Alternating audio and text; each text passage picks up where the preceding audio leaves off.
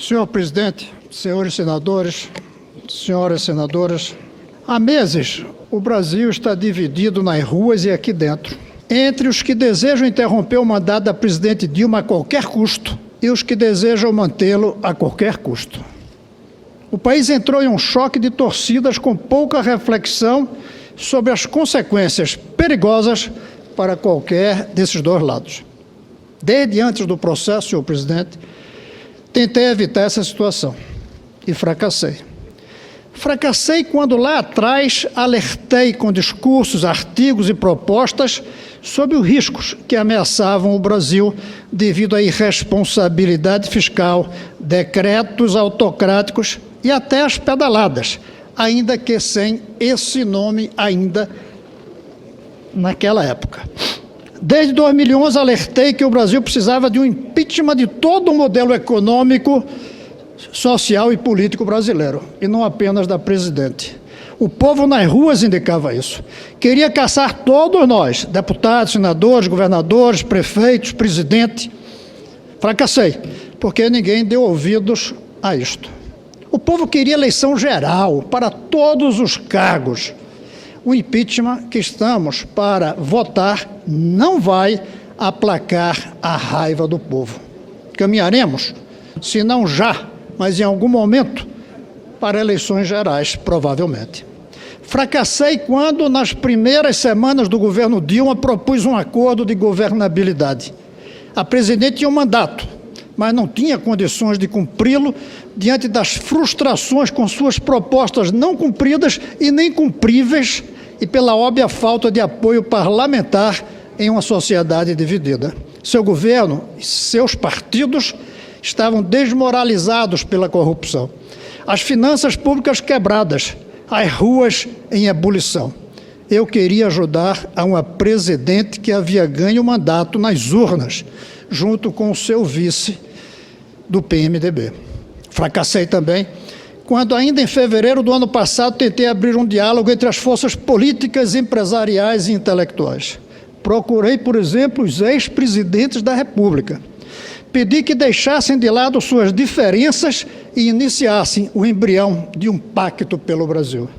Fracassei quando, em agosto, junto com os senadores Randolph, Capiberibe, Lídice, Assir e Lazier, fomos à presidente Dilma.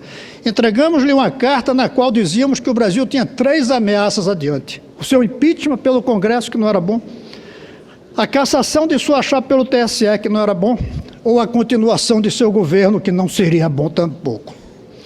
3 alternativas ruins. E dissemos que a melhor saída seria ela vir ao Congresso, reconhecer seus erros, dizer que seu partido era o Brasil e não o PT ou qualquer outra sigla, dizer que ainda tinha 3 anos de mandato e convidar todas as forças políticas, inclusive da oposição, para um governo amplo de unidade que atravessasse os próximos anos até 2018. Fracassamos também, Randolph, Capiberibe e outros senadores, quando apresentamos aqui a ideia de um grande acordo para anteciparmos as eleições, inclusive por um plebiscito consultando a opinião pública.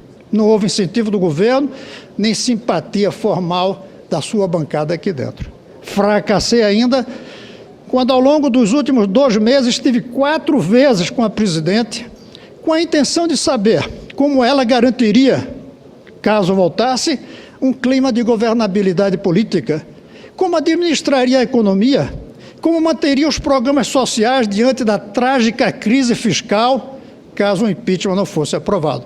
Foram conversas muito agradáveis, instrutivas, refinadas culturalmente, mas inócuas.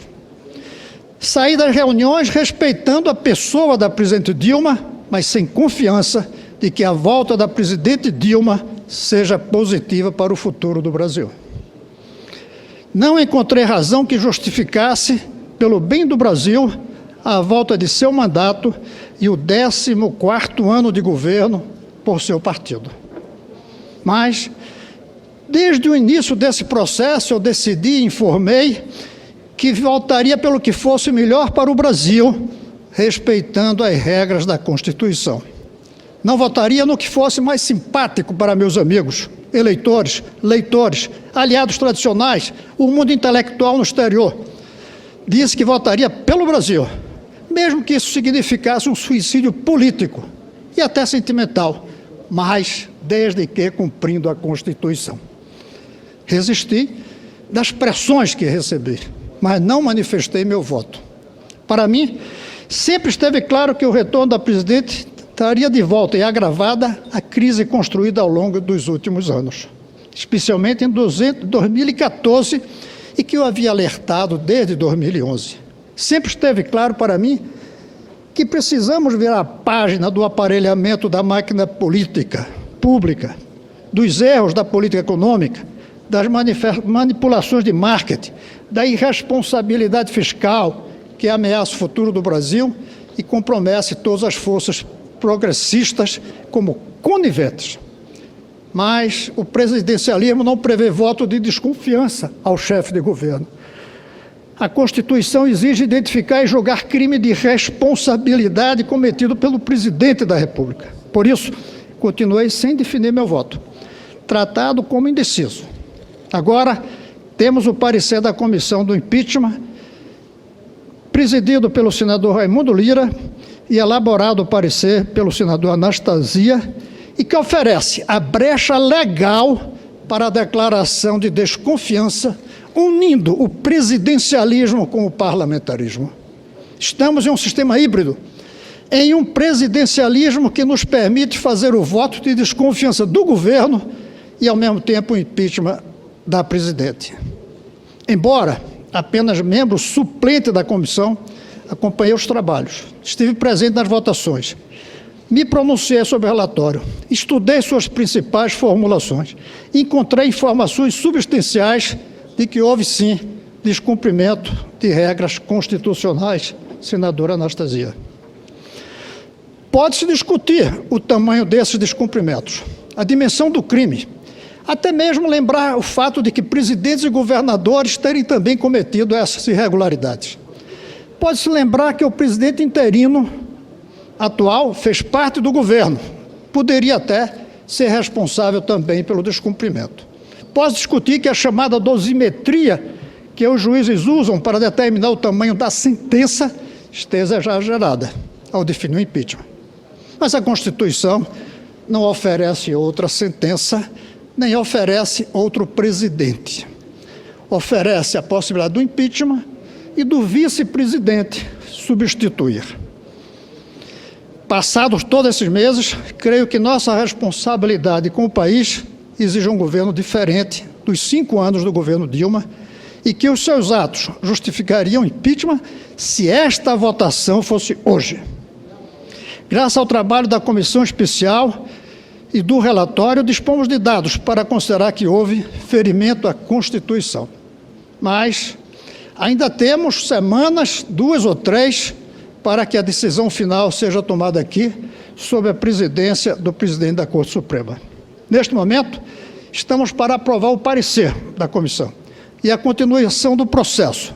Ainda faltam 2, 3 semanas de debates, de análise, de julgamento, e a gente sabe que a dinâmica social, política e, sobretudo, policial no Brasil pode reservar surpresas. Para mim, pouco prováveis que aconteçam, mas pode acontecer. Hoje, eu voto pela aprovação do parecer da comissão. Com base política e com base política nos riscos para o Brasil da volta à presidente Dilma e com base também no ferimento à Constituição que aconteceu durante o seu governo. A volta do governo Dilma significaria a continuidade do mesmo velho modelo que o povo resiste e que faz repulsa na incapacidade de enfrentarmos os problemas fundamentais do país. Por isso, eu voto sim pelo fim do aparelhamento, da quebra da Petrobras, das estatais, fundo de pensão e responsabilidade fiscal, falta de vigor transformador. E lembro que nós aqui vamos ter uma responsabilidade, sendo o governo